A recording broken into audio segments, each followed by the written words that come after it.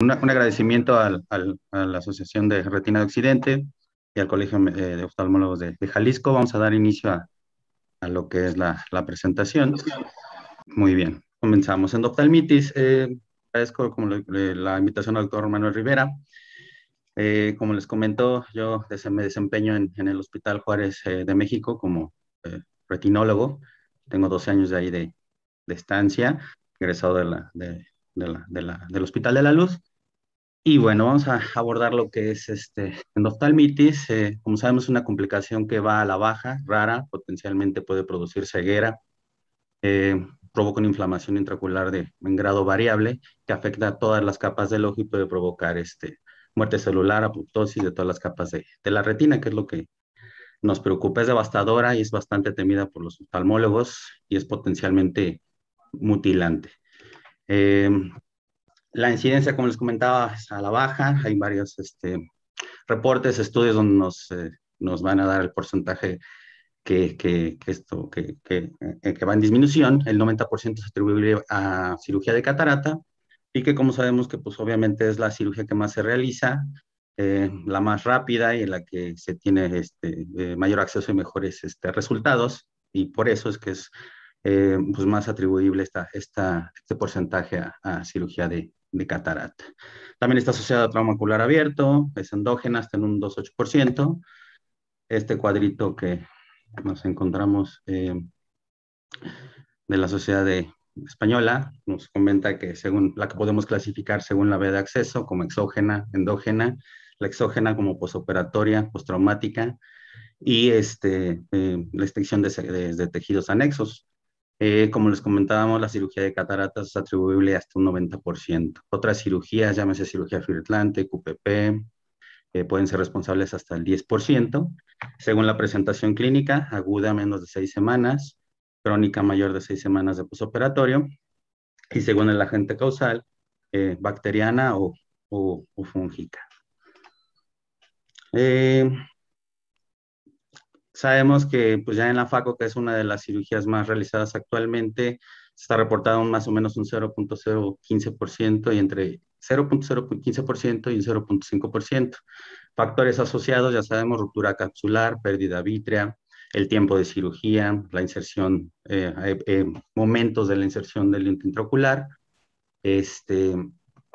y también lo que es el que está en adiestramiento, el cirujano, ¿no? Son factores que pueden eh, ser importantes en el momento de que se presente un cuadro de endoftalmitis. Una pequeña tabla sobre la incidencia. Eh, es más común, o está reportado un poco más común en la cirugía de extracapsular, con multiplicación un poco menor, un poco menos en keratoplastia penetrante, trabeculectomía un poco menos, en esta vitrectomía en calibre 20, muy probablemente porque se pueden cerrar adecuadamente o se tiene más certeza de cómo se cierran las entradas o las esclerotomías, se reporta un poquito eh, más elevada. Y en vitrectomía 23 y 25G, pues probablemente también porque pues, el cierre a veces no es el adecuado, es un poquito más elevada en calibres pequeños por la forma en que se hace la entrada, la herida, la esclerotomía. Y, hay posibilidades de que puedan haber entrada de, de patógenos. En la inyección intravítrea, que ha ido a la alza, solamente en Estados Unidos en el 2016 se inyectaron más de 6 millones de medicamentos intravítreos, es todavía más baja y se reporta, es una incidencia mucho más baja por procedimiento de endoftalmitis. Creo que todos en algún momento lo hemos leído, lo hemos conocido, lo manejamos mucho, el EBS, el Endophthalmitis Vitrectomy Study. Es un ensayo multicéntrico aleatorizado, realizado en enero del 90 a 1994, en el cual se incluyeron pacientes con un diagnóstico de endoftalmitis bacteriana aguda en menos de 6 semanas del posoperatorio. Se incluyeron pacientes que fueron sometidos a cirugía de catarata o incisión secundaria, en este caso extracapsular. A todos los pacientes se les aplicó vancomicina, 1 miligramo, y amikacina, 0.4 miligramos. Se incluyeron 420 pacientes, una media de 75 años, un poquito más de la mitad fueron mujeres, y el 94.5% de los pacientes fueron sometidos a cirugía de catarata y solo un 5.5% a inserción secundaria de lente intraocular. Básicamente sabemos que el objetivo era evaluar si la vitrectomía temprana era conveniente o era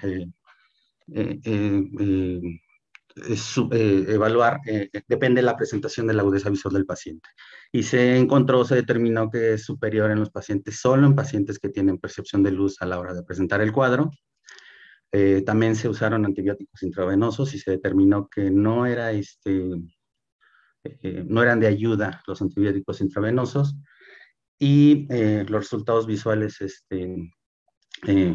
fueron mejor en pacientes con movimiento, perdón, con percepción de luz. O sea, es más recomendable hacer la vitrectomía en pacientes que tienen percepción de luz y tenían hasta 3 veces mayor probabilidad de estar en 20/40 o mejor, 2 veces probabilidad de estar en 20/100 o mejor, y solo un 5% de posibilidades de pasar a un 11% pasar a pérdida visual eh, severa.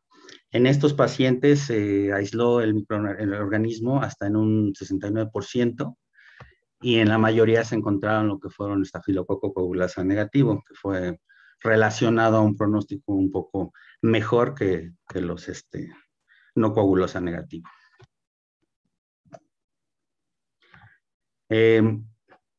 Tiene, bueno, se le toman en cuenta ciertas, adolece de ciertos, o tiene ciertos problemas el estudio LIDIES, ya que estudia pacientes, o están incluidos pacientes que solo son pues, operados de catarata, no están incluidos, por ejemplo, pacientes con sepsis, no están incluidos pacientes con traumas abiertos, o no están también incluidos pacientes eh, con, bueno, es un estudio también que tiene cierto sesgo, porque se tomaron en cuenta 865 pacientes, se, eh, se eliminaron aproximadamente 400 pacientes, los que estaban en más malas condiciones. No se incluyeron pacientes en no percepción de luz, o en pacientes en quienes no se pudiera hacer una vitrectomía por opacidad de medios. En ese caso, pues, estaremos hablando de pacientes que están en mucho más malas condiciones, tanto los pacientes que están en NPL como los pacientes que están con opacidad de medios. Esto se comenta que pudiera ser un sesgo, pudiera estar afectado el estudio por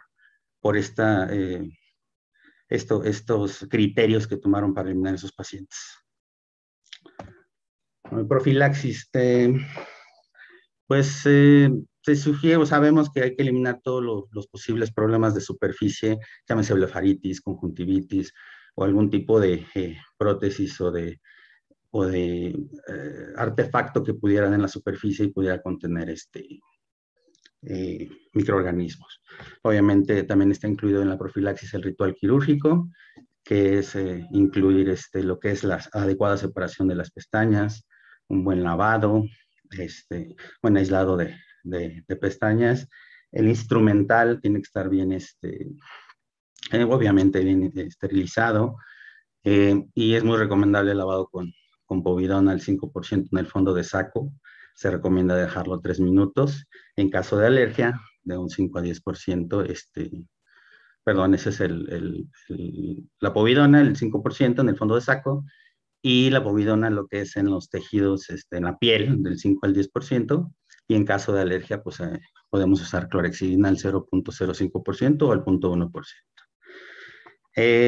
Está ya bien descrito, bien estudiado, de que los antibióticos tópicos sí pueden reducir lo que es la flora conjuntival, pero no está bien esclarecido, no está bien definido, no es definitivo, no es una recomendación que se prepare al paciente con antibióticos tópicos previos. Intraoperatorios sí, en un momentito más les voy a decir en qué momento se ha encontrado o lo están usando para, con con un buen resultado o con una estadística significativa para prevenir endoftalmitis. Y bueno, en el ESCAR se incluyeron aproximadamente 16,000 pacientes y sí hubo una diferencia significativa en este caso o en estos casos de estos pacientes en Europa. Lo que se hace se estuvo haciendo es aplicar cefuroxima a razón de 1 miligramo en 0.1 cc intracameral después del procedimiento quirúrgico y se encontró que es la única forma del uso de antibiótico intraoperatorio o el uso de antibióticos que disminuye significativamente o estadísticamente significativo la incidencia de endoftalmitis. Esto fue realizado en el 2003, inició y se detuvo en el 2006, iban a incluir 350,000 pacientes, finalmente ingresaron solo 16,000 porque se encontró una clara tendencia hacia la disminución o que es favorecido el uso de la cefuroxima con buenos resultados para evitar la endoftalmitis. Dentro de la revisión que hicimos, encontré este artículo donde nos menciona que en un centro de New Jersey se incluyeron 1,541 ojos y durante la cirugía posterior a la inserción del lente y sin retirar el viscoelástico, se coloca triamcinolona 3 miligramos, moxifloxacino 400 miligramos y vancomicina 2 miligramos en 0.2 cc a través de la zónula con una cánula de 30 Gauss. Esto lo relacionaron ellos con una buena evolución posquirúrgica, disminución de la necesidad de medicación o de tópicos posterior en el posoperatorio, en la evolución posoperatorio, y ellos al menos remarcan que hay 0 casos de endoftalmitis, 0 complicaciones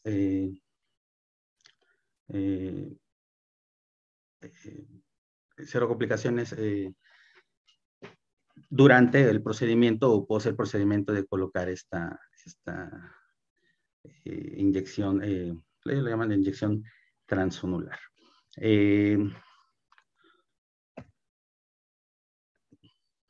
Eurotin en el 2018, a través de una revisión extensa, nos da una recomendación de profilaxis intravítrea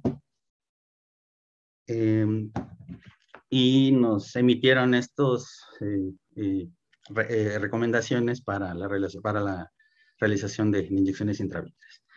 Recomiendo un local adecuado, ya sea un quirófano, una habitación adecuada, un consultorio que tenga las mínimas condiciones necesarias de esterilidad.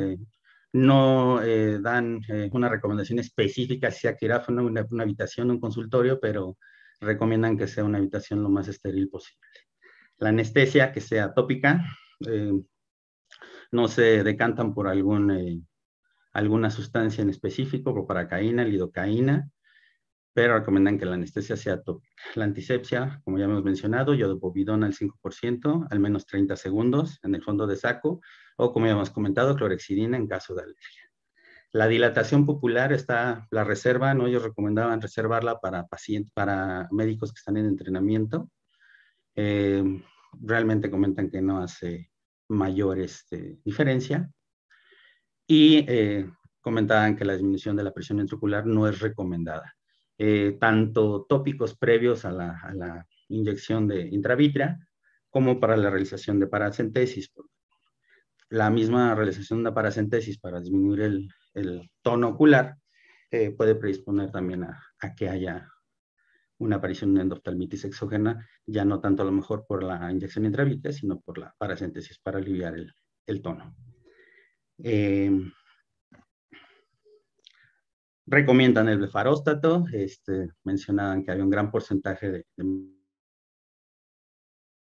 las pestañas, el calibre de la aguja que son 30 gauge o más finas y la longitud de 13 a 18 milímetros.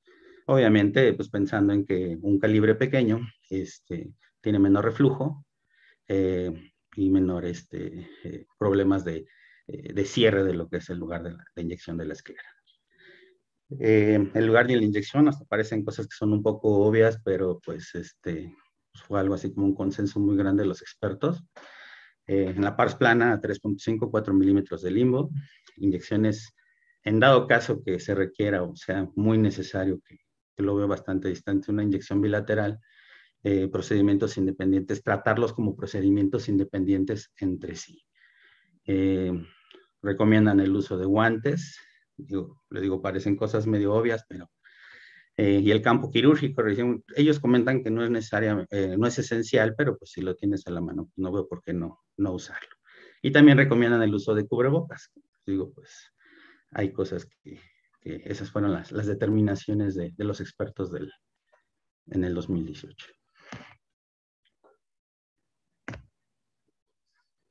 Clínicamente, ¿cómo lo vamos a detectar? Una baja visual en un 80% de los pacientes, dolor en 75% de los pacientes, ojo rojo en grado variable, opacidad de la cámara anterior, celularidad, fibrina, hipopión, catarata, blefaroedema y una vitritis de grado variable con una afección en el polo posterior.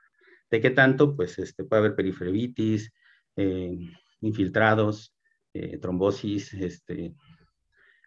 edema del disco, o sea, podemos encontrar varias afecciones hacia el polo, en el polo posterior.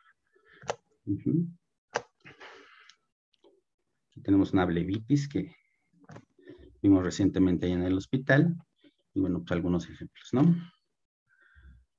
El tratamiento antibiótico sistémico, es recomendable cubrirlos, no hay una evidencia de beneficio, no debe usarse de manera aislada, tiene que ser con la ayuda de medicamentos intravítreos. Se mencionan quinolonas de cuarta generación, oxifloxacino, gatifloxacino de manera sistémica. Los esteroides sistémicos se recomiendan, pero no necesariamente, o no se define exactamente si son o no son beneficiosos el uso. Pero bueno, o sea, no podemos,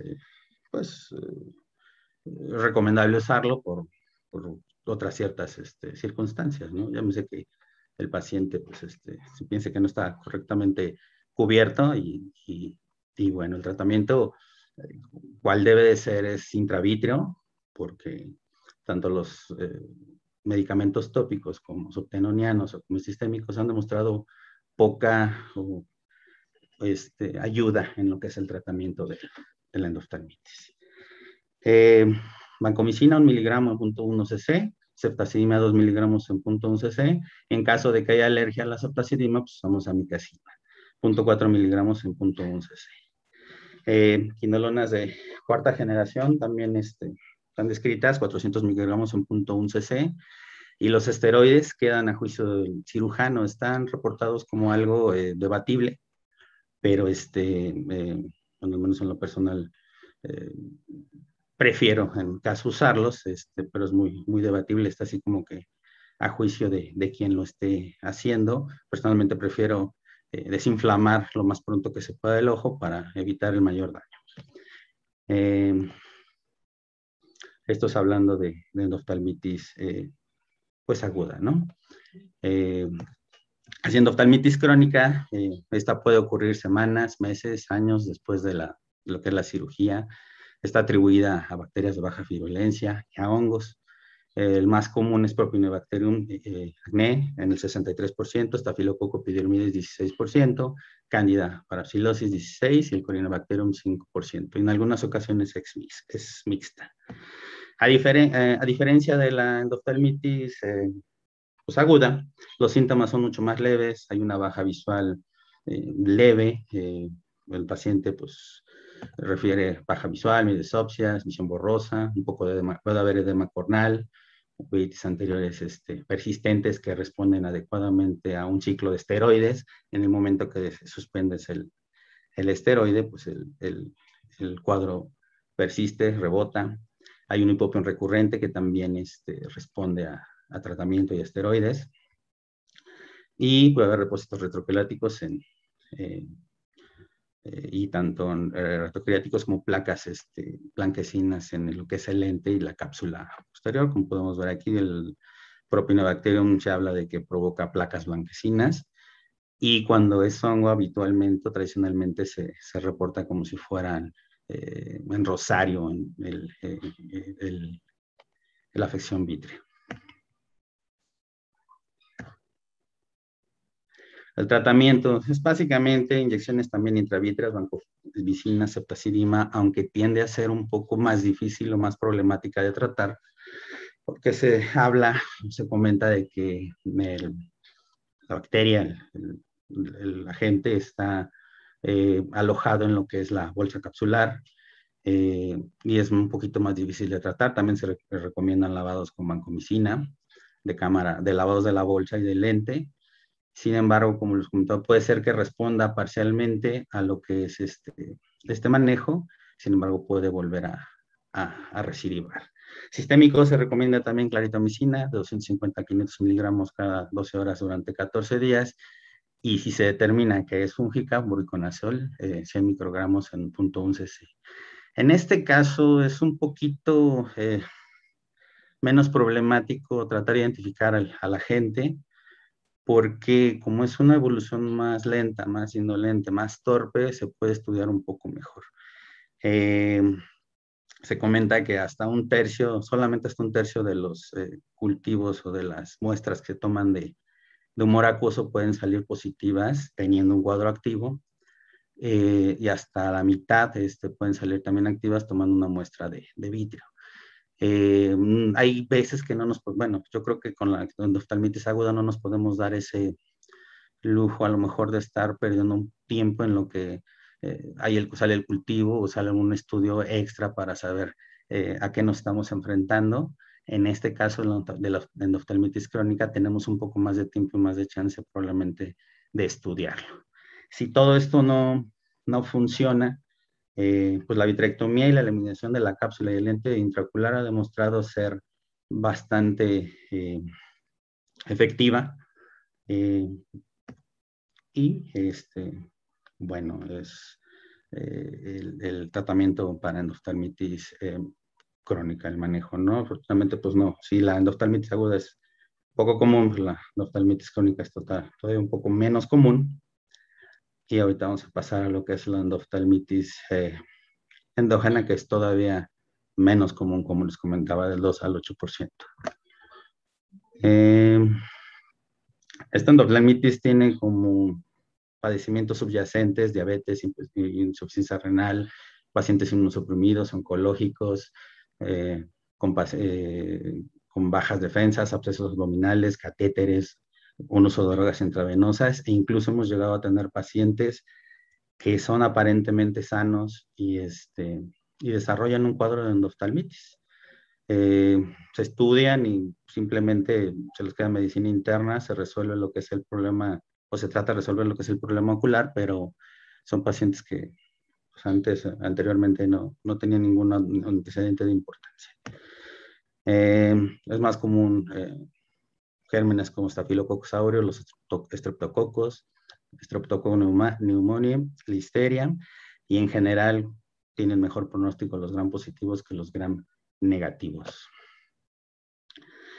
El paciente tiene un diagnóstico de septicemia y datos de infección sistémica. Son pacientes que están muy comúnmente postrados, con fiebre, con síndrome de consumo, con otro tipo de afecciones que amenazan pues, más la vida. Y como les comentaba en ocasiones, es la primera manifestación. El paciente emboliza, hace un embolo séptico y la primera manifestación es una endoftalmitis endógena. Hasta un 75% puede ser bilateral, o sea que es pues, catastrófica, es bastante agresiva. Igualmente, como en endoftalmitis aguda, es baja visual importante, hay dolor, ojo rojo, opacidad de cámara anterior, opacidad de la córnea, dependiendo el germen del que estemos hablando. Va a haber vitritis también de grado variable y también émbolos arteriales, periflebitis, afección al nervio óptico. Y muy comúnmente el paciente está ingresado por alguna otra situación. El internista, el interno residente les mira que tienen el ojo rojo y pues estás en la interconsulta, ¿no? A veces un poco tardía la interconsulta. Hay que iniciar el tratamiento empírico a base de antibióticos de amplio espectro, pero pues aquí la pauta es la misma que en la endoftalmitis exógena.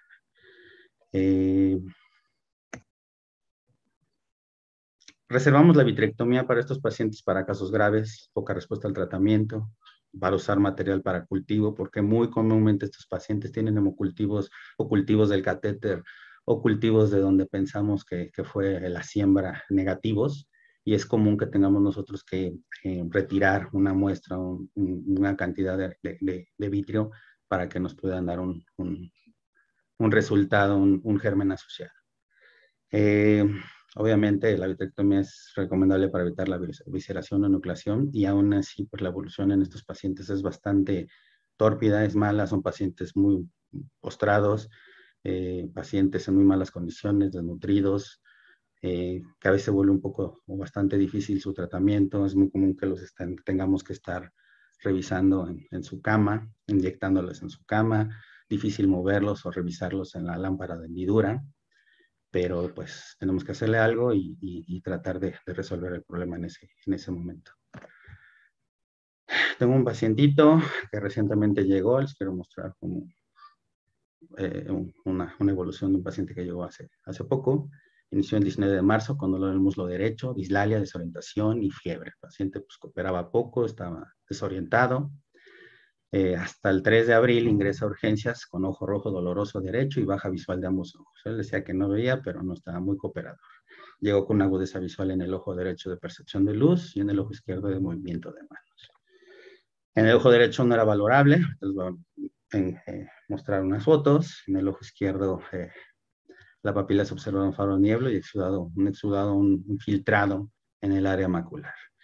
Medicina interna, lo único que encontró es líquido cefalorraquídeo positivo a CMV, el hemocultivo estaba negativo, y al ingreso, pues, de manera empírica iniciaron tratamientos, ceftriaxona, vancomicina y ampicilina con un diagnóstico de meningoencefalitis probablemente bacteriana.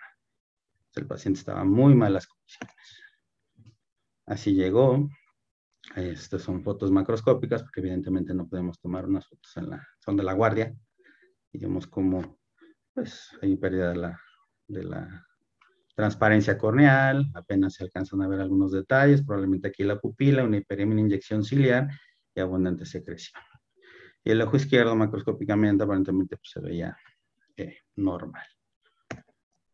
Se solicitó un ultrasonido, hubo ecos en el ojo derecho de mediana reflectividad, de imagen en doble membrana, mediana alta reflectividad, y reportaron un desprendimiento de retina total con un involucro macular. ¿Desde cuándo lo desarrolló? ¿Desde cuándo estuvo así? No sabemos. Llegó prácticamente 2 semanas después de haber iniciado su problema. En el ojo izquierdo reportaban ecos de mediana baja reflectividad con membranas en el sector inferior. Hasta ese momento pues no había otra cosa. Se le aplicaron 3 dosis intravítreas de vancomicina 1 miligramo, 2 miligramos de ceftazidima y 400 microgramos de dexametasona en ambos ojos. Todo esto para pues, limitar el daño lo más posible, tomando en cuenta que sea un problema bilateral. Así lo clasificamos por la vitritis. Ahorita les voy a enseñar otra foto. Y el 7 de abril, entre medicina interna y ortopedia, identifican el foco, que es una artritis séptica en la cadera y miositis infecciosa adyacente. El paciente pues, en todo momento en su larga evolución, pues con fiebre, con antibióticos de amplio espectro. Y bueno, estuvo cubierto siempre, se dio de alta hasta el 24 de mayo del 2021. El ojo derecho quedó en NPL, la córnea estuvo opaca. En los dos ojos se tuvo que inyectar las 3 ocasiones. Lo que necesitaba, lo que buscábamos era limitar el cuadro inflamatorio y evitar que llegara pues, a lo que es una evisceración, ¿no?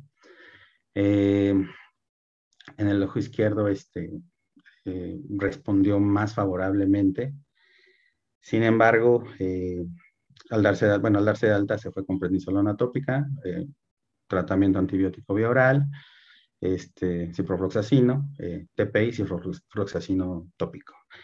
El ultrasonido, pues nos reportaba ya en el ojo derecho un DR total en embudo. Ese ojo nunca se pudo ver el fondo, ya venía con desprendimiento de retina y evolucionó de una mala manera, ¿no? No se perforó, pero le fue muy mal.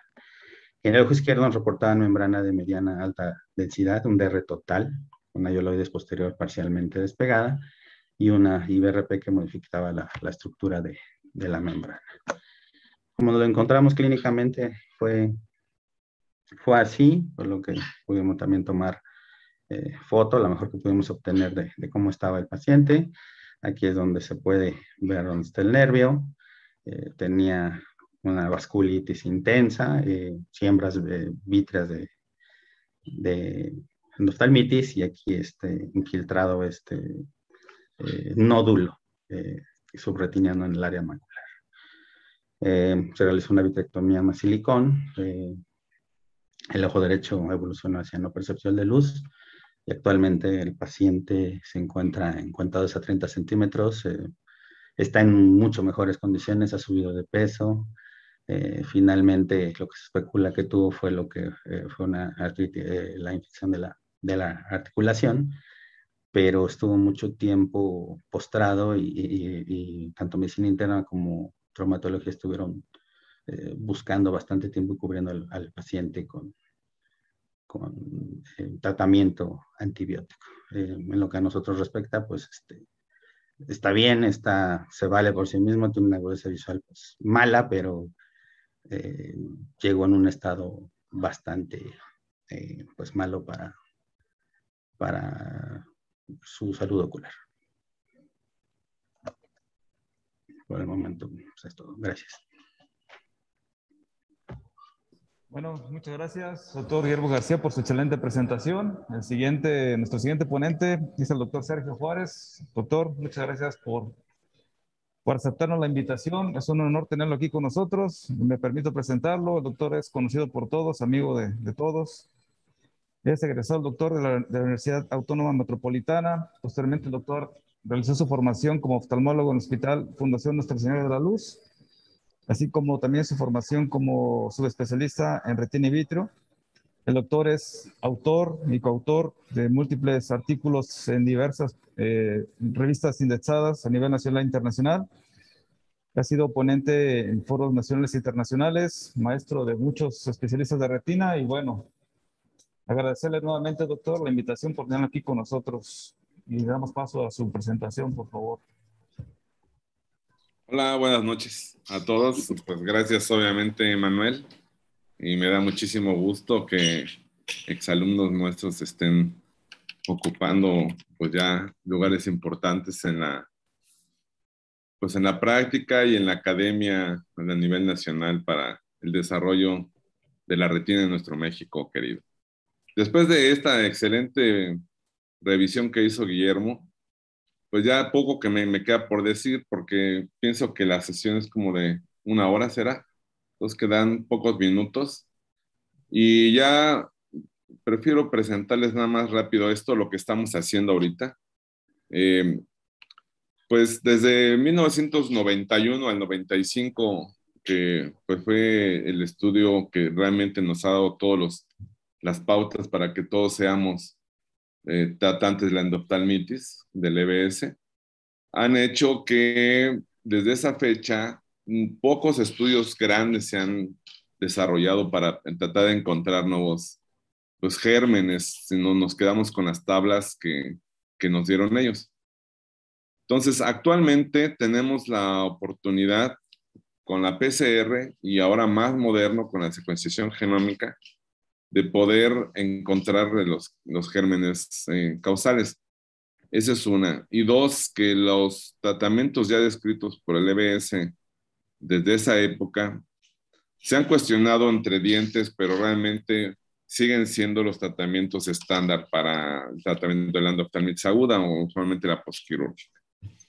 Entonces, nosotros también hemos, desde hace 3 años, cambiado a usar la moxifloxacino tópica y moxifloxacino intravítrea del mismo frasco de la presentación que tiene Alcon, porque es libre de conservadores. Y esto nos ha dado la oportunidad de poder tener un poco de experiencia usando pues el moxifloxacino intravítrea.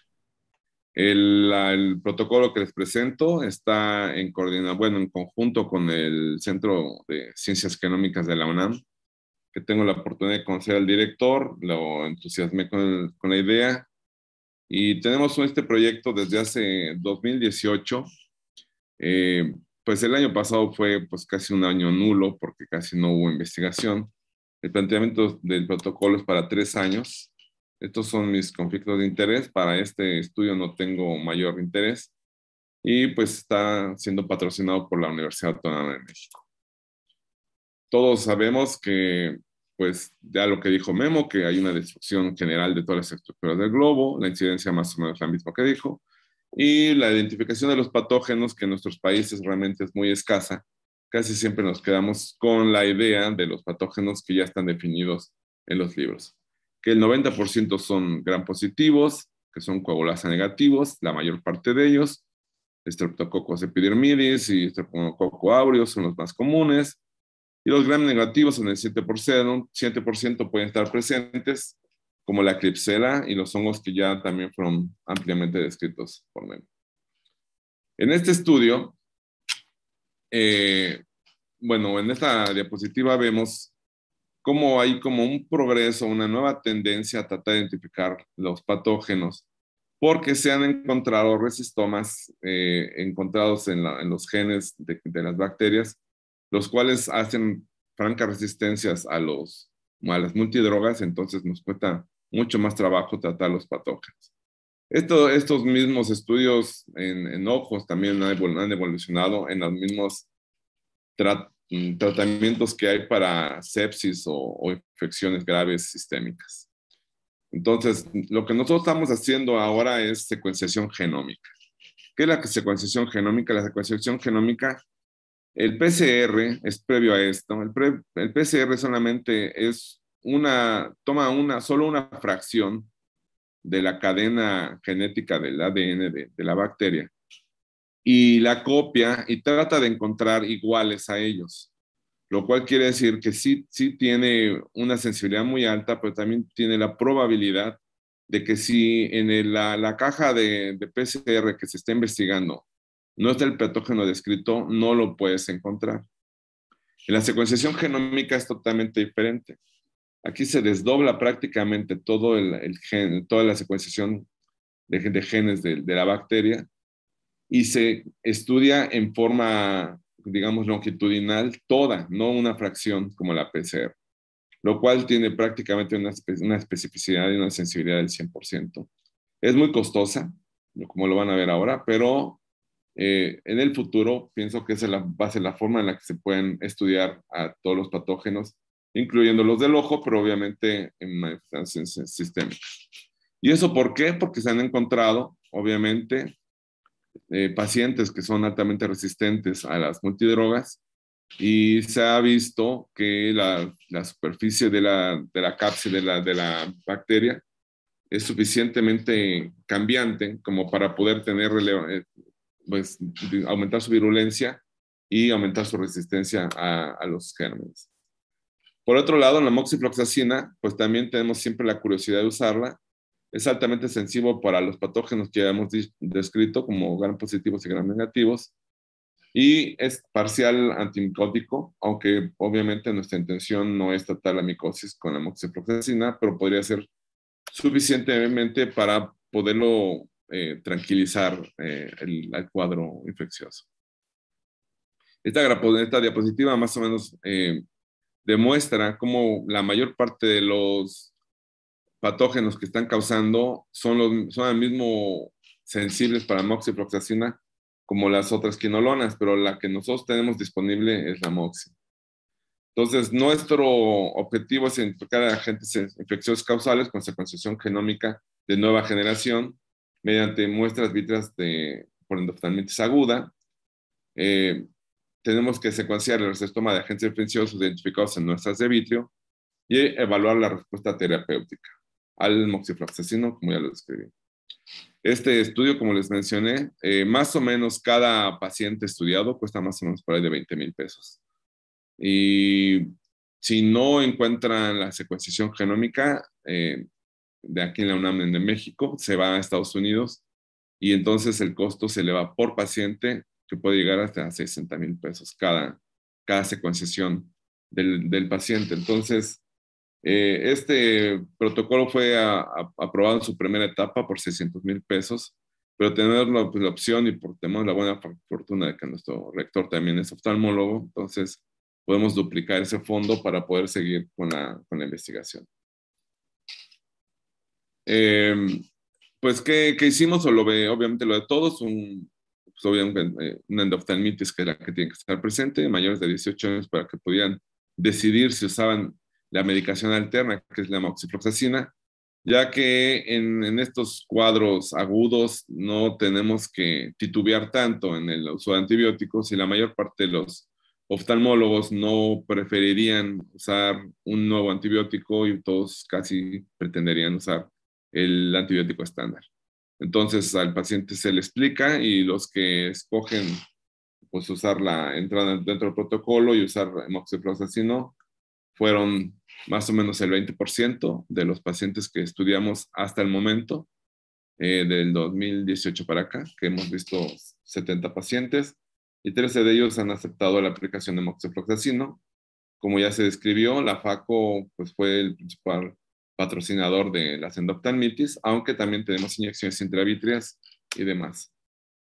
La agudeza visual, bueno, también hemos tratado de comparar los resultados de la secuenciación genómica contra la presentación clínica, ya que queremos ver en la población mexicana si hay alguna variedad de presentación clínica con respecto al patógeno que nos hayan dado. Entonces, más o menos la agudeza visual sí mejoró de 0.46 a 0.89, que es más o menos el 20/50. Son 9 hombres, 4 mujeres, son 13 pacientes los que van hasta ahorita estudiados. ¿Y qué se hace en estos?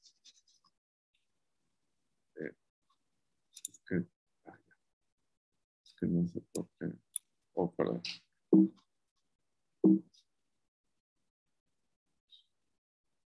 ¿Me están escuchando? Sí. Que no me da la opción de regresar. Oh, ya. Lo escuchamos, doctor. Sí, perdón. Es que el cursor desapareció y no me deja ver las diapositivas. Bueno, esto es un resumen más o menos de qué se hace. Pues obviamente se hace una secuenciación.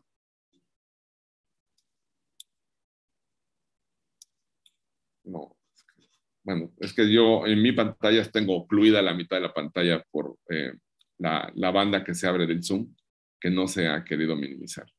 En el análisis de la muestra, primero obviamente tomamos la muestra, la preparamos, la metemos a congelación y la transportamos al Instituto de Ciencias Genómicas. El Instituto de Ciencias Genómicas obviamente se prepara, no sé exactamente todos los métodos que hacen, pero se hace un análisis de la muestra, una limpieza de los datos que aporta, porque como se estudia todos los genomas que vienen en la muestra, incluso son humanos. Parte de la muestra podría tener células humanas, ya sea de la sangre o de algún tejido que se arrastró.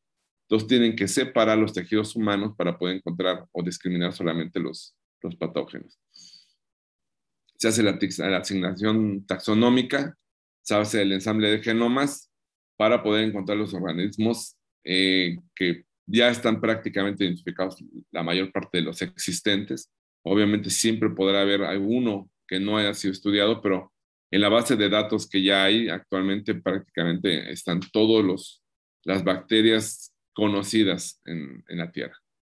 Pero también se estudia el resistoma, que esa es la posibilidad que tiene esa bacteria de mutar o de mejorar para poderse volver pues invencible ante los antibióticos que tenemos. La sorpresa hasta la fecha que llevamos es que aparentemente el EBS tiene un muy bajo reporte de Klebsiellas en sus estudios de 420 pacientes, y nosotros en tan solo 13 pacientes ya llevamos 2 pacientes con Klebsiella y 1 con Pseudomonas aeruginosa, lo cual potencializando la estadística haría que los gram negativos fueran más o menos como del 20%, a diferencia del 7% descrito por el EBS. Y la Klebsiella tiene la capacidad más fácil de generar resistomas, por tanto, es potencialmente menos sensible a los antibióticos que ya usamos regularmente. Entonces, esto nos obligaría en algún futuro a tener la posibilidad de estudiarlo mediante la secuenciación y después usar un antibiótico que fuera singularmente sensible al patógeno encontrado. Esto actualmente es tardado porque lo tenemos que llevar a la secuenciación genómica, pero en un futuro los hospitales lo están abaratando mucho estos tipos de ensayos, entonces los hospitales podrían tener esto para al día siguiente. Estos son los estafilococos, bueno, los patógenos que ya hemos encontrado en nuestra secuenciación, y todos han mostrado tener sensibilidad para la moxifloxacina. Entonces, justifica que nosotros usemos moxifloxacina para el tratamiento. Este protocolo fue complicado para que lo aceptara el Comité de Ética del hospital, ya que, por lo que les comentaba, que es difícil que en estos casos agudos, donde todos queremos salir avantes, pues tengamos este problema. Entonces, la moxifloxacina ha sido un recurso en el que nosotros lo usamos. Yo también trabajo en Cuernavaca y aquí prácticamente desde hace 3 años que estoy haciendo el protocolo, que no son pacientes que están incluidos ahí. Uso la moxifloxacina como único antibiótico y honestamente me ha ido más o menos igual que usando la ceftabanco, que es lo que en todos los hospitales se usa. No quisiera alargar más esto. Me gustaría mostrarles este video, pues un poquito de qué es lo técnicamente, cómo abordar. Yo creo que nadie tenemos una técnica especial para tratar una endoftalmitis. La primera parte es la infusión. Si se dan cuenta, ahorita ya estamos rompiendo las membranas pupilares que prácticamente no nos dejan ver. Entonces, guiados de la ecografía, si tenemos una retina aplicada, podemos entrar tranquilamente. Si no tenemos una retina aplicada, tenemos que entrar a cámara anterior, porque la complicación primaria más frecuente es que entremos en el espacio supracoroideo o subretiniano y entonces empezamos a hacer complicaciones desde el origen. Después, limpiar, pues prácticamente por atrás y por delante el lente intraocular, quitar las cápsulas. Ustedes ven cómo están las placas blanquecinas con persistencia hialoidea, que se hace una membrana uniforme.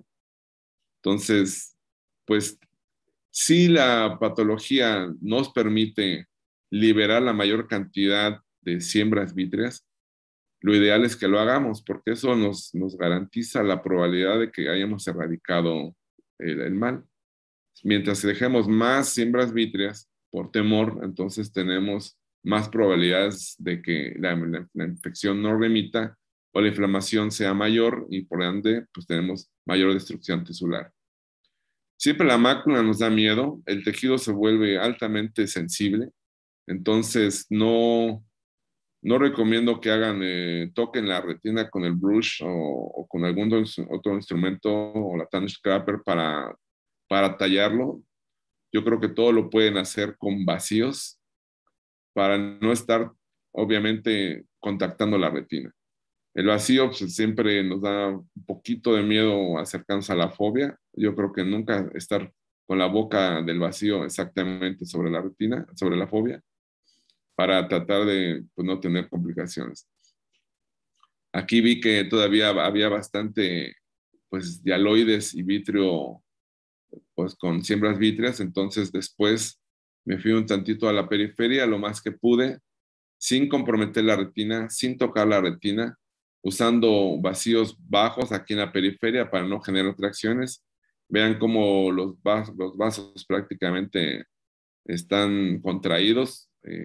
No puedo decir que exangües porque muchas veces esta inflamación es temporal por esa vasculitis global que tiene el ojo. Más o menos esto es lo que hacemos en general cuando el ojo lo permite. Este paciente pues fue bastante bien porque pues pudimos resolver la gran mayor parte de la endoftalmitis y la inflamación se resolvió. También algo que podemos discutir es dejar gas o silicón. En el hospital la mayor parte de los pacientes quedan con silicón porque nos permite mayor transparencia al día siguiente o en los días subsecuentes para valorar el polo posterior. Nos da cierta tranquilidad que el desplante de retina no venga inmediatamente. Hemos comprobado que la dosificación intravítrea no se modifica. Es la misma dosis que usamos con o sin silicón. Y la inflamación no se nos ha ido al segmento anterior. Aquí el paciente queda en reposo semisentado. Cuando usamos gas, pues también es otra opción. Obviamente tenemos que tener cuidado de que el paciente no sea foráneo y también de que la visualización con la inflamación que hay del segmento anterior, corneal, del iris y con la opacidad que genera el gas, pues entonces es menos fácil poder ver al día siguiente. Yo creo que Paola, para que tengas tiempo, si quieres, charlamos de lo que tú tengas preparado en tu mesa de preguntas y lo hagamos más dinámico y no se nos vaya la sesión. ¿Estás ahí, Paola? Sí, doctor, aquí estoy, está bien. ¿Listo? Bueno, pues muchas gracias, doctor. Agradecerle por su excelente presentación, como siempre. Y bueno, ahorita vamos a pasar a la mesa redonda. Me permito presentar a la doctora Paola Jacobo Ceguera. La doctora es egresada de la Universidad de Guadalajara, donde realizó su formación como médico cirujano y partero. Posteriormente, realizó su formación como médico cirujano oftalmólogo en la Unidad de Oftalmología de Alta Especialidad del Hospital Civil de Guadalajara, que es sede del programa académico de la Universidad de Guadalajara. Cursó la alta especialidad en retina y vitrio en la Asociación para Evitar la Ceguera en México, donde realizó su formación como tanto médico como quirúrgico y actualmente ejerce su práctica en el ámbito privado en la ciudad de Guadalajara y Nueva Vallarta y es actualmente nuestra vicepresidente de la asociación. Agradecer a la doctora por aceptar la invitación para coordinar la sesión y bueno, le cedemos la palabra. Gracias.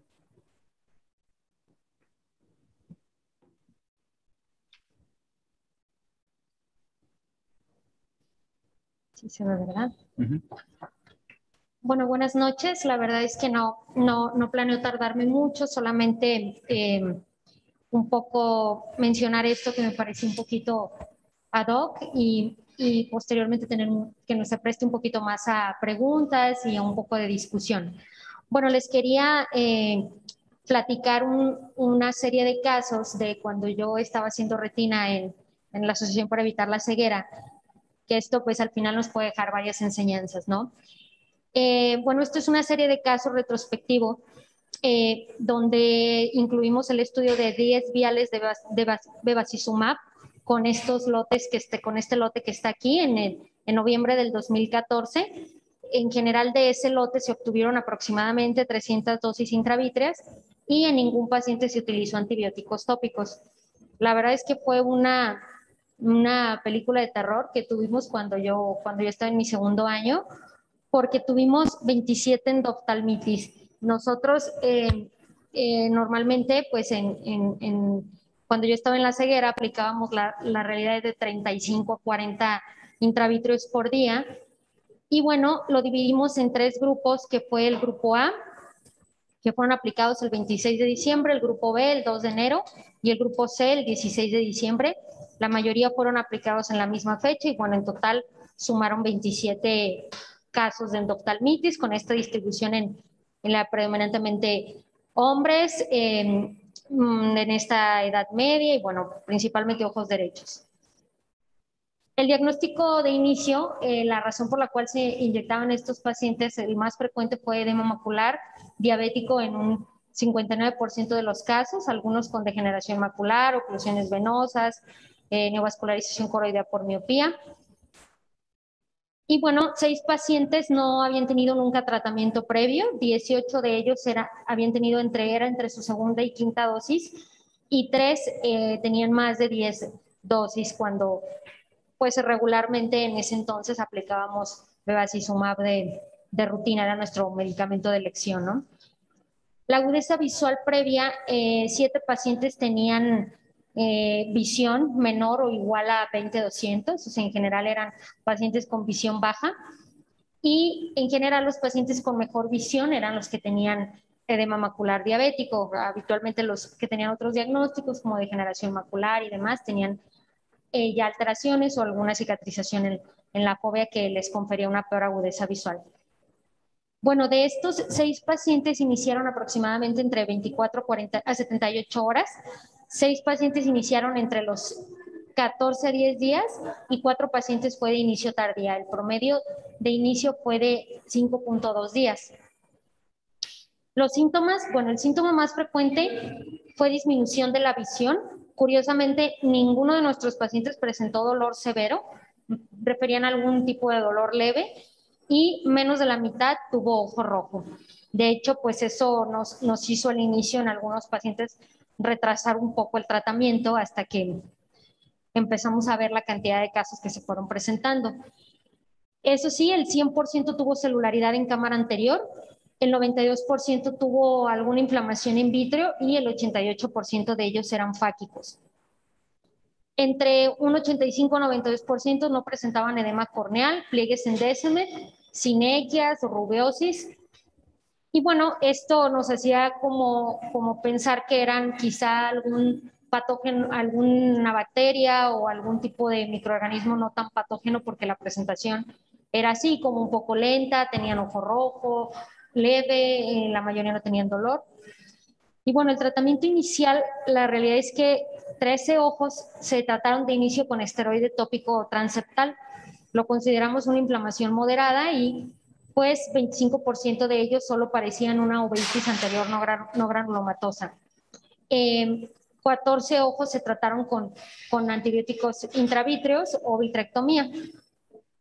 Y bueno, esto pues hay un poco consenso en el manejo porque pues por la gran cantidad de pacientes, algunos pacientes nos llegaban a algunos becarios de segundo año, los comentábamos con adscritos y bueno, la diferencia en criterios de tratamiento, ¿no? La agudeza visual posterior a los 6 meses, 3 pacientes terminaron en no percepción de luz, 13 de ellos con visión menor o igual a 20/200, 9 con visión menor o igual a 20/60 y 2 con visión de 20/40, o sea, una visión bastante buena.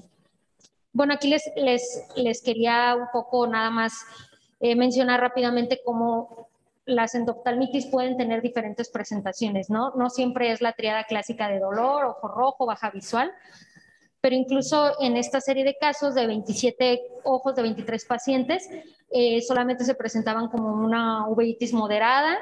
También hay pacientes que en este otro estudio que un ojo, un reporte de un paciente con un ojo que también sin dolor, sí datos de inflamación, pero sin dolor. Y bueno, pues hay otras presentaciones, por ejemplo, en este reporte que si el paciente tiene como tal ojo rojo, células, hipopio, nitritis, pero en realidad en nuestros casos, pues muy pocos, prácticamente ninguno se presentaba con un hipopión tan clásico. Bueno, me voy a adelantar un poquito más por el tiempo. Entonces, bueno, se hizo un rastreo intrahospitalario, tomamos muestras en los pacientes que fue posible de humor acuoso, vítreo, prequirúrgico y transquirúrgico. Se hizo una muestra de la sala quirúrgica y una muestra del medicamento sospecha, incluso hasta el becario de primer año, que es cuando nosotros aplicamos los intravítreos, se le hicieron cultivos nasofaríngeo y demás, ¿no? Sobre todo el día que se presentaron las mayores casos de endoftalmitis. Y bueno, este fue el frasco. Y bueno, pues empezaron a salir los cultivos con esta cantidad de patógenos que para nada son los más frecuentes, ¿no? En humor acuoso se aisló este Propionibacterium granulosum, Actinomyces viscosus, y en vitrio esta que fue una bacteria predominante que es la Sphingomyces paucimobilis, Chrysosporium, Staphylococcus epidermidis y otros tipos de hongos. Incluso 2 pacientes que inicialmente nos dieron un cultivo positivo a Sphingomona, en un nuevo cultivo posteriormente se aisló hongo. Y bueno, vimos aquí varias muestras de la microbiología, de lo que se fue aislando, arriba un crecimiento de hongo y abajo el crecimiento de la Sphingomonas paucimobilis, que era un patógeno muy predominante en nuestras series de endoftalmitis, ¿no? Y bueno, aquí las morfologías de los pacientes y a los 3 días de incubación con un crecimiento más o menos sincronizado. Y bueno, al final, después de que algunos pacientes los tratamos con voriconazol, vimos que los hongos que crecieron eran resistentes a voriconazol. Y de hecho, una gran cantidad de los pacientes que se aisló hongo, el 99% de ellos, se hizo una secuenciación con PCR, tenían un Fusarium chlamydosporum. Y bueno, el Fusarium chlamydosporum vemos que es un hongo filamentoso, que es saprófito, que es generador de esporas, que es una parte de la microbiota del suelo que produce ciertas micotoxinas, que tiene adherencia a material plástico y que es un contaminante en ciertos laboratorios. Entonces, pues la realidad es que no sabíamos, nadie teníamos idea de qué estaba pasando, ¿no? Porque aislábamos esta cantidad de microorganismos. Y la Sphingomonas paucimobilis es un bacilo gram negativo, es un aerobio estricto, no fermentador, es la única especie descrita en patógenos, se encuentra en el agua, suelo y hospitales, habitualmente afecta a pacientes con cierto grado de inmunocompromiso, se ha encontrado en soluciones y medicamentos contaminados y también se ha asociado a brotes de neumonía nosocomial. Entonces, bueno, pues aquí un poco una descripción de los pacientes, cómo pues el tratamiento inicial, la verdad, no hubo consenso como tal. A algunos pacientes se les inyectó moxifloxacino con dexametasona, otros se trataron con vancomicina ceftazidima, otros solamente con betametasona transeptal, algunos de estos al final terminaron con vitrectomía, algunos en la vitrectomía les pusimos voriconazol. Cuando empezamos a ver que los hongos eran resistentes, pues entonces empezamos a inyectarles anfotericina intravítrea. Y bueno, pues esta fue la razón, ¿no? Se hizo una notificación por parte de la PECA a Productos Roche y como una sospecha de falsificación o contaminación de este lote, que incluso fue bastante distribuido. Se vio que se distribuyó exclusivamente en México y que era un Avastin genuino, pero estaba diluido. Es decir, en lugar de tener esta concentración de 22 miligramos por mililitro aproximadamente, era 0.35 miligramos por mililitro. O sea, básicamente no les estamos inyectando nada a los pacientes. Y estaba en ese mismo medicamento encontramos que tenía glucosa, cloruro de sodio, etanol, acetonitrilo, e incluso viéndolo a detalle se veían algunas partículas negras que correspondían al MO. Y bueno, ¿qué es el acetonitrilo? Pues es un líquido incoloro con olor a éter derivado del acrilonitrilo, que es un disolvente, en realidad se utiliza en refinerías, baterías, se utiliza para ciertos productos, en ciertas industrias farmacéuticas, para películas fotográficas y tiene una toxicidad por la vía del cianuro. O sea, estábamos, imagínense, asustadísimos, ¿no? Con esto. Y bueno, pues aquí hay un cierto reportes de casos. En realidad, pues nosotros somos de los que más secundario en intravitro hemos tenido y pues este fue el agente principal que nosotros aislamos a través de PCR y cultivo, Fusarium y Sphingomonas paucimobilis.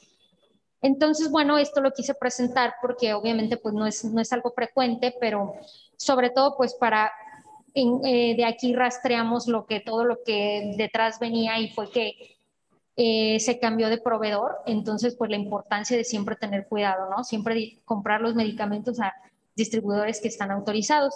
Lo que normalmente estos reportes de estos autores hicieron fue un rastreo intrahospitalario, cultivos de la muestra vítrea. Se notifican a las autoridades locales, estatales y federales y se corrobora la congruencia microbiológica a través de PCR e identificación de la fuente. Lo que se hizo en el APEC fue también un rastreo intrahospitalario, se cultivó en la medida de lo posible, se contactó con el laboratorio de la UNAM para corroborar la congruencia microbiológica y se notificó a Roche, que fue pues de dónde provenía el medicamento, el lote y todo el lote sospecha, ¿no? Y bueno, pues mencionar la importancia, pues a partir de esto, la importancia de siempre el consentimiento informado. Y bueno, pues en base a esto hicimos una pequeña revisión que solamente voy a mencionar rápidamente por ser los intravitreos un procedimiento tan realizado por los retinólogos y por los oftalmólogos en general, ¿no? Estas son las áreas en las que generalmente se tiene un consenso y es la iodopovidona al 5 al 10%, siempre debe ser el último agente aplicado antes de la inyección. Es decir, si al paciente se le vuelve a poner anestésico, hay un consenso en que se le debe de volver a aplicar iodopovidona, sobre todo si este anestésico era en gel. Los antibióticos pre, durante y post inyección en realidad son innecesarios. No hay evidencia que apoye el uso rutinario de un offside o un campo estéril. Siempre, obviamente, evitar la contaminación de la aguja o el sitio de la infección con las pestañas o el borde palpebral. Evitar la compresión excesiva del borde palpebral pre y post inyección para evitar con esto exprimir las glándulas de meibomio. Usar una anestesia adecuada, es decir, gotas, gel o incluso hay quien apuesta hacia la inyección subconjuntival, sobre todo para que el paciente no haga el esfuerzo de que alguna forma pueda exprimir más las glándulas de meibomio. Uso de guantes, en realidad el consenso nos dice que pueden ser estériles o no estériles, pero esto sí junto con el lavado de manos antes y después de haber inyectado al paciente. Uso de cubrebocas en el paciente o evitar hablar durante el procedimiento, ¿no? Sobre todo, bueno, pues ahora se hace de rutina por el tema del COVID, pero bueno, en realidad previo a esto ya había un consenso que sería bueno que el paciente utilizara un cubrebocas. Y monitorización de la presión intraocular pre y post inyección. De hecho, la paracentesis de la cámara anterior como rutina, como comentó el doctor Guillermo, no se recomienda. Hay unas áreas en las que no se tiene un consenso en realidad, que es el uso de iodopovidona en los párpados, incluyendo las pestañas y el borde palpebral. Todos estamos de acuerdo pues en colocar la iodopovidona en saco conjuntival, pero bueno, en realidad en estas áreas no hay un consenso. El uso de blefarostato, algunos incluso previenen el contacto de la aguja o la inyección con la retracción manual de los párpados. Hay quien apuesta a que incluso ponerle un blefarostato al paciente promueve una mayor expresión de las glándulas de meibomio. Y bueno, tampoco hay un consenso en la necesidad de dilatación pupilar y examinación del segmento posterior, dilatación postinyección, aunque algunos creen que solamente con verificar que el paciente siga viendo la luz, movimiento de manos o sí, cuentadedos, y otros habitualmente de forma rutinaria dilatan la pupila para revisar el segmento posterior después de la inyección. Y bueno, tampoco se tiene un consenso en el uso de iodopovidona en spray, la mayoría prefiere solo gotas. Bueno, pues ya lo demás se ha comentado. La verdad es que quisiera dejar un poquito, sobre todo al campo de las preguntas. Y bueno, me gustaría empezar ya lo comentó el doctor Sergio, pero un poco hacia el doctor Guillermo y hacia alguien más que quiera comentar. Actualmente, ¿cuál es su manejo inicial en una endoftalmitis? O sea, de inicio, creo que ya una gran cantidad de retinólogos hemos optado por moxifloxacino, pero no sé, Guillermo, si tú aplicas normalmente, ¿sigues esta pauta o sigues aplicando la pauta inicial que es vancomicina y ceftazidima? Bueno, inicialmente, o sea, evaluando esto, es Banco Cefta, Dexa, o sea, aplico el esteroide en el momento en que sospechamos o tenemos casi la certeza clínica de que hay una endoftalmitis. No me he decantado tanto hacia la moxifloxacina, como mencionó Sergio, pues sigue siendo de alguna forma lo que menciona el IBS, el uso de Banco Cefta y en mi caso, bueno, en la luz, cuando me formé, dejábamos la dexametasona del esteroide para un un segundo momento, a lo mejor el otro día, unas horas después, pero en base a lo que he vivido, lo que hemos visto, prefiero usar Banco Septa, DEXA, y estar evaluando de 24 a 48 horas después cómo está el paciente, ¿no? Eso es lo que normalmente el abordaje que tenemos. Tenemos ahí la farmacia hospitalaria, solicitamos la dilución, no necesitamos ya diluirlo nosotros ahí en el consultorio, ni mucho menos, y esa es mi conducta inicial. Doctor Sergio, ¿y usted qué opina sobre el uso del Vigadexa como tal? O sea, de tomar 0.1 de Vigadexa e inyectárselo directamente al paciente, o cuando necesita esteroide prefiere tomar moxifloxacino solo y agregarle dexametasona. Pues la cuestión es que en la concentración son 500 microgramos de moxifloxacino. Y sí he escuchado a algunos compañeros que han ya entrados en poner la gota, pero ya no ponen el Vigamox y ponen el Vigadex. En lo particular, no lo comparto porque tendría que venir la concentración más grande para que en el mismo punto mililitro viniera la concentración de 500 microgramos de moxifloxacino. Entonces, quedaría alguna posibilidad de que tendríamos que poner ¿cuánto? Más del Vigadexa para que hubiera la concentración ideal también de 400 microgramos de dexametasona. Entonces, yo como Memo, si voy a poner Dexa, que no lo usamos en todos, yo creo que si determinamos que es como predominantemente inflamatorio, sí uso la dexametasona, pero si es predominante más infeccioso, no la usamos de primera intención. Y si lo usaría separado, con el acetato de dexametasona y la moxifloxacina sola. ¿Y qué hay del uso de antibióticos orales, doctor Pues Sergio? bueno, la barrera, está rota la barrera hematorretiniana externa, bueno, la externa y la interna, ¿no? Entonces, el paso del antibiótico a la cavidad podría estar justificada. Prácticamente todas las quinolonas son potencialmente usables. Yo creo que si se animan a usarlo, pues sería la misma moxifloxacina, pero de 1 gramo, o sea, 1 gramo diario durante unos 4 o 5 días, ¿no? No está descrito, no es la indicación precisa, pero si ustedes también se ven agobiados, también mucho de estas prescripciones casi siempre es por miedo, porque estamos también, y más si el paciente es nuestro, o sea, si la cirugía fue nuestra, normalmente la conducta va a ser un tanto más agresiva. Si tú recibes el paciente por referencia o el paciente decidió ir a otro centro que seas tú y tú no te ves implicado en el delito, entonces tu tendencia va a ser un poquito más conservadora, menos agresiva.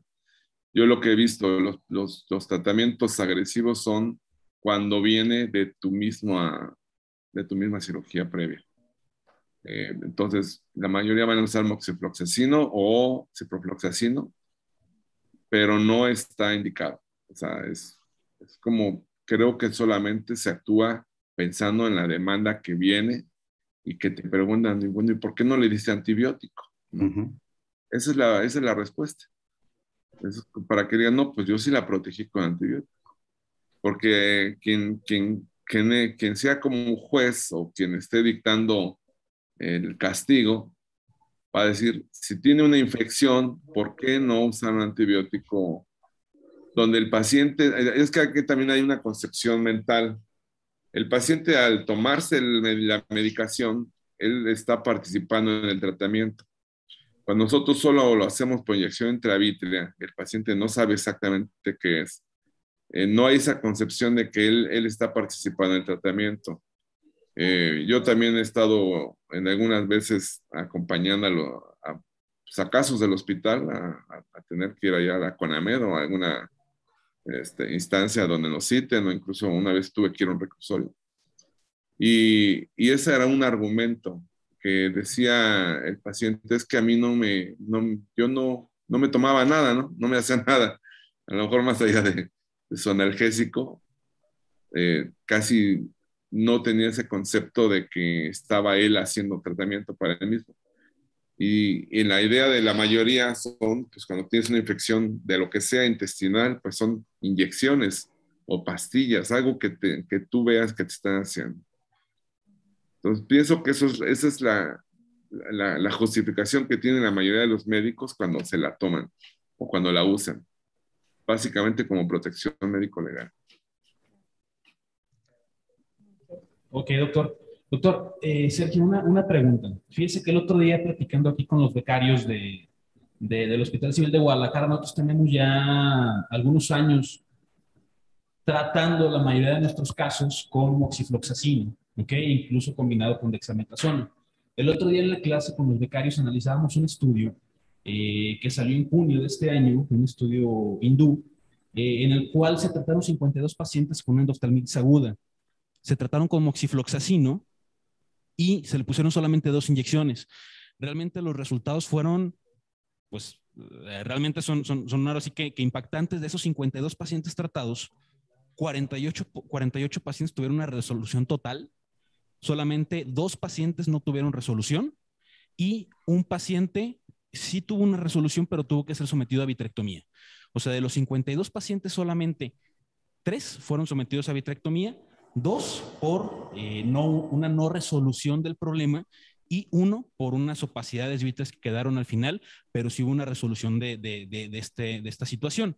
Entonces la pregunta es, ¿cree usted con la investigación que está realizando que vamos encaminados hacia un cambio de paradigma en el tratamiento inicial de los problemas de endoftalmitis ahora sí con el inicio, con el auge del uso de moxifloxacino como tal, porque realmente estos resultados nosotros lo hacíamos de una manera no empírica, pero sí no con tanto respaldo científico como ya con este estudio que se realizó, que realmente sí fue bastante bueno. De igual manera, comenta el estudio que se hicieron análisis, obviamente en conejos, en el cual no se demostró alteraciones ni en el electroretinograma, ni en los estudios de electrofisiología en conejos con el moxifloxacino, como sí se ha demostrado que puede llegar a relacionarse el uso de vancomicina con el uso más bien, puede llegar a relacionarse la vancomicina con la presentación de vasculitis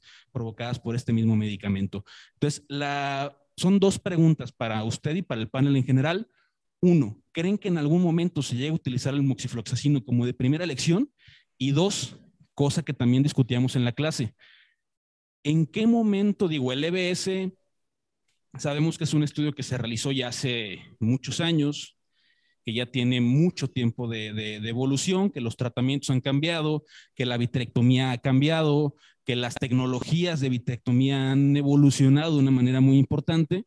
Entonces, ¿en qué momento, esta pregunta es para todos los panelistas, deciden ustedes realizar un procedimiento quirúrgico al paciente, una vitrectomía como tal? Bueno, tu primera pregunta, sí, bueno, está muy interesante tu reporte y sí, nosotros hemos visto que hemos disminuido la intención de la cirugía pronta porque la recuperación muchas veces es sustancialmente rápida. Entonces, para mí, el día al posterior a la inyección, bueno, también depende cómo hayamos captado al paciente. Si el paciente ya lleva varios días de evolución con esa, más o menos esa apariencia como la que mostré en el video, que tiene ya esas siembras vítreas prácticamente placoides, es muy difícil que todo lo erradiquemos mediante la instalación de gotas antibióticas. Pero muchas veces lo tenemos con ese hipopión de cámara anterior que suele resolverse fácilmente, esa vitreitis, ojo rojo ligeramente doloroso, no tan intenso el cuadro, que para mí con 2 aplicaciones de moxifloxacina van a salir. Y también se vio en el EBS que la vitreitis solía también disminuirse en el 70-80% de las veces. O sea, la indicación de la cirugía no es la vitreitis. Nosotros tenemos desesperación por limpiar el vitrio para que se aclare la visión del paciente. La visión se va a aclarar más o menos como a los 2 o 3 meses. porque consecuente a la endoftalmitis va a haber un edema macular. Entonces, tenemos que ser pacientes para indicar la cirugía de vitrectomía. Tu segunda pregunta era, ¿cuándo indicar la vitrectomía? Cuando el ojo para mí está gravemente inflamado, infectado con un hipopión mayor del 10%, con membranas que me dificultan la visualización del polo posterior. Definitivamente opto por la vitrectomía temprana. Si el caso no tiene esas membranas y solamente tiene celularidad, pienso que indicación con moxifloxacina intravítrea y probablemente al tercer día nuevamente va a ser suficiente. Y podríamos usar la dexametasona también, quizás como memo el mismo día o al día siguiente también. Muy bien. Doctor Jorge, una pregunta para usted, igual, la misma pregunta. ¿Cuándo se indica o cuándo usted indica realizar la vitrectomía como tal? Yo quiero regresar un poquito a lo que son el moxifloxacino. El problema que tiene el moxifloxacino es que lo usan para todo. Se está usando ahorita preoperatoriamente, intraoperatoriamente y posoperatoriamente.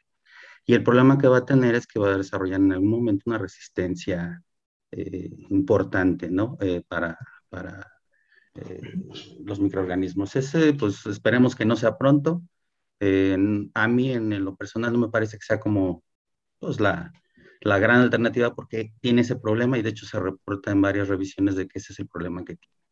Cuando opero, básicamente lo que hacemos es bajar la inflamación, disminuir el riesgo de que el ojo se pierda, que baje la visión permanentemente.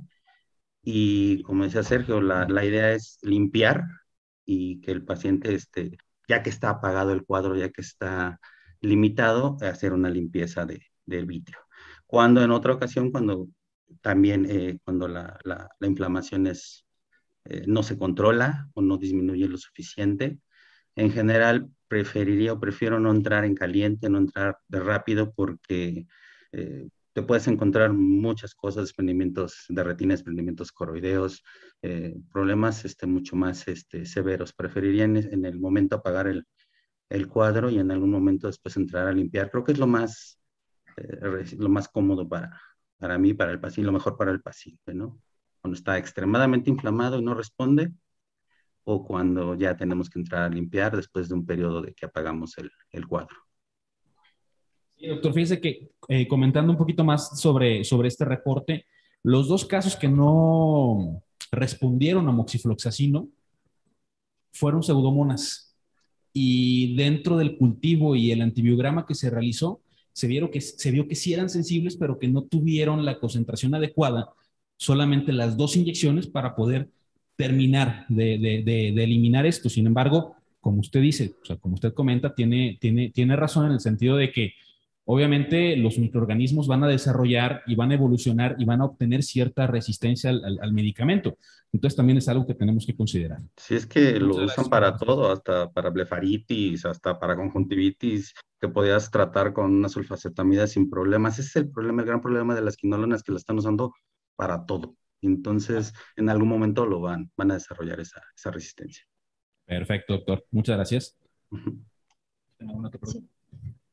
Doctor, doctor Sergio y doctor Guillermo, quería preguntarles también qué hay de los pacientes que tienen silicón. O sea, sé que es raro encontrar una endoftalmitis en un paciente que se le hizo vitrectomía y se le aplicó silicón, pero bueno, puede suceder.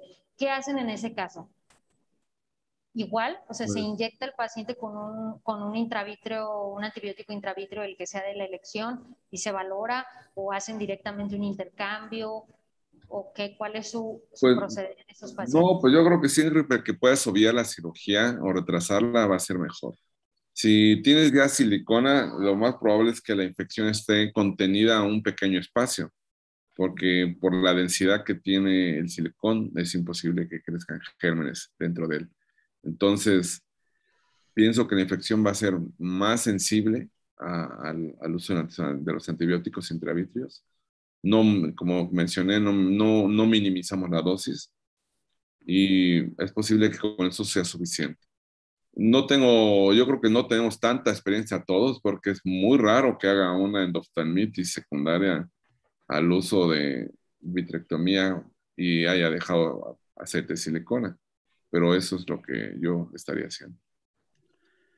Sí, en mi caso, como dice Sergio, es bastante raro que tengas primero una endoftalmitis post-vitrectomía y segundo endoftalmitis post-silicón.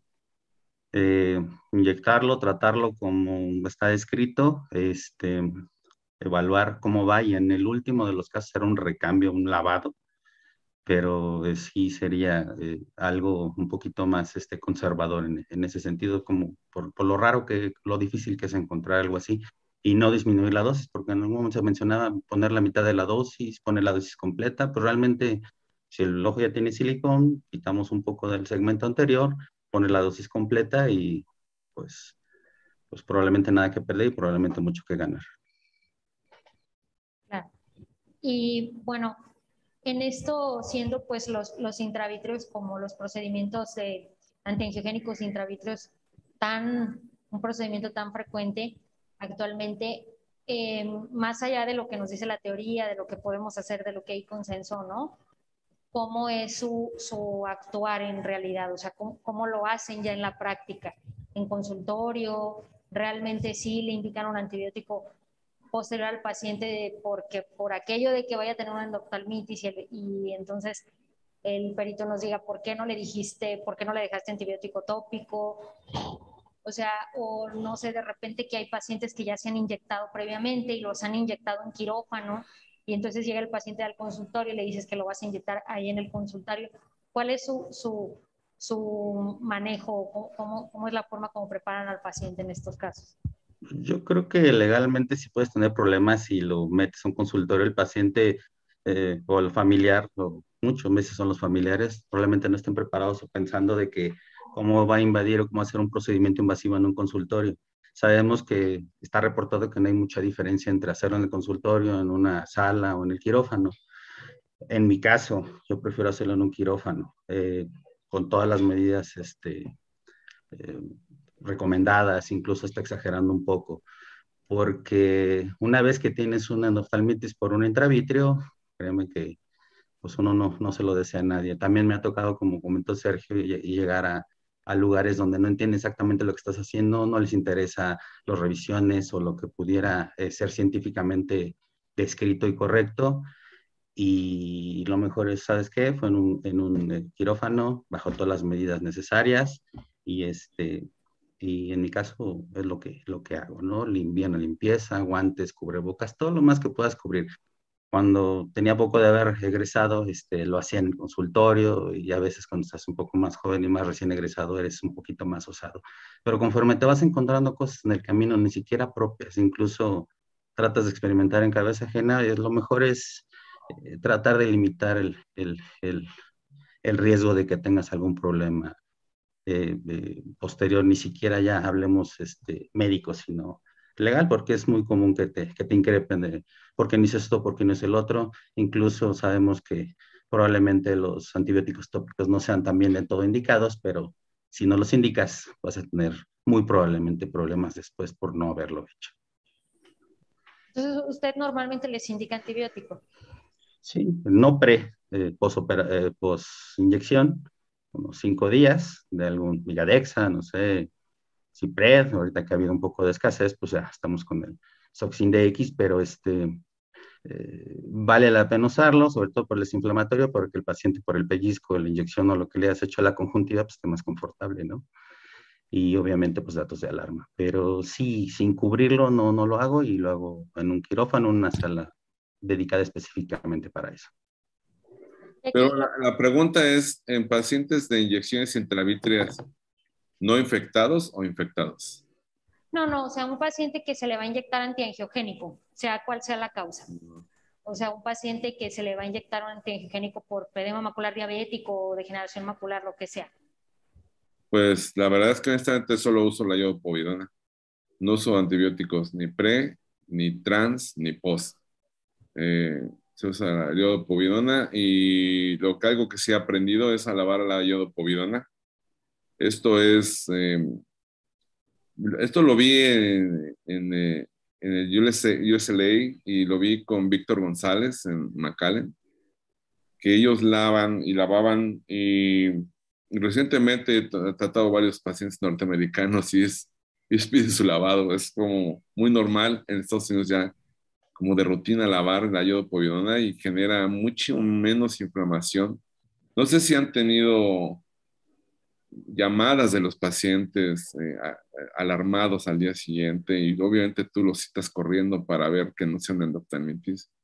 Y lo que traen es un cuadro inflamatorio del saco, del fondo del saco conjuntival y en general de la conjuntiva.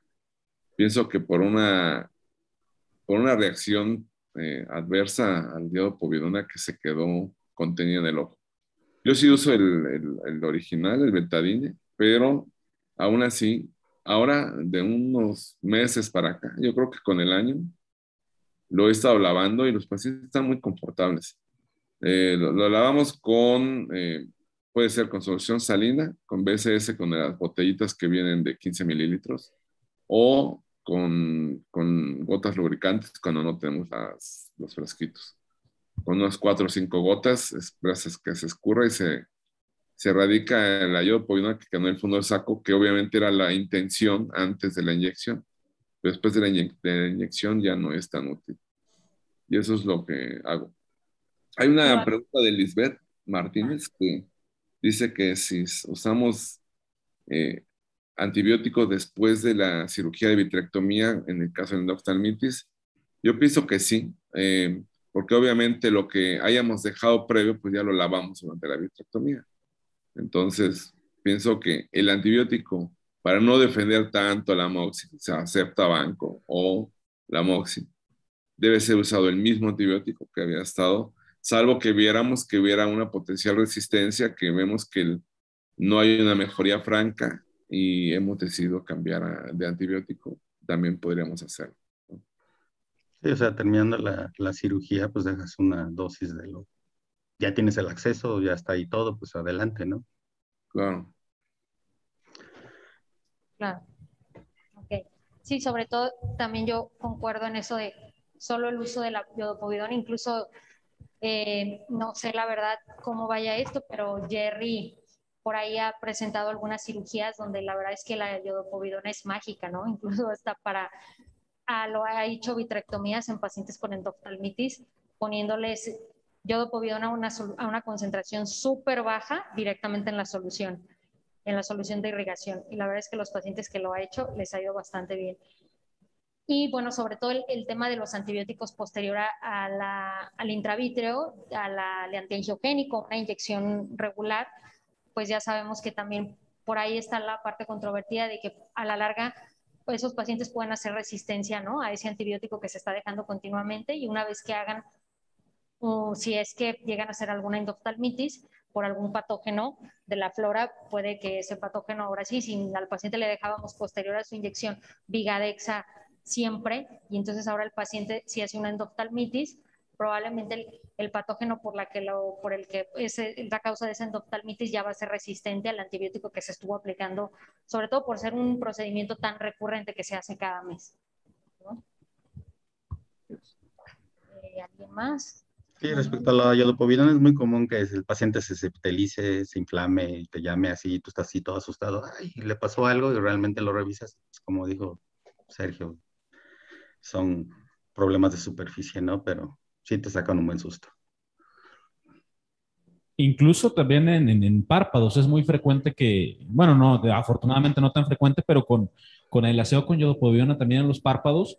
Una vez tuve una paciente que regresó como literal si lo hubieran golpeado, y fue una reacción alérgica que tuvo a la iodopovidona, también en los párpados como tal. Entonces, como cualquier agente externo, puedes llegar a tener una repercusión alérgica del mismo.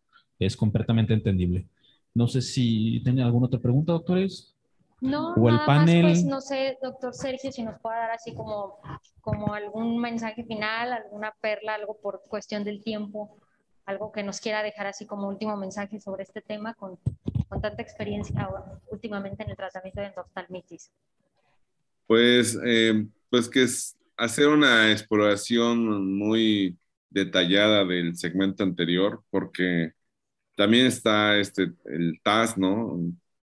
Y casi no mencionamos diagnósticos diferenciales. Entonces, pues siempre tratar de ver si verdaderamente es una endoftalmitis tratar en congruencia por mucho miedo que tengamos, porque es lo que comentaba, cuando tenemos mucho miedo tendemos a sobredosificar o sobretratar a los pacientes. Yo pienso que compartir el caso es lo mejor.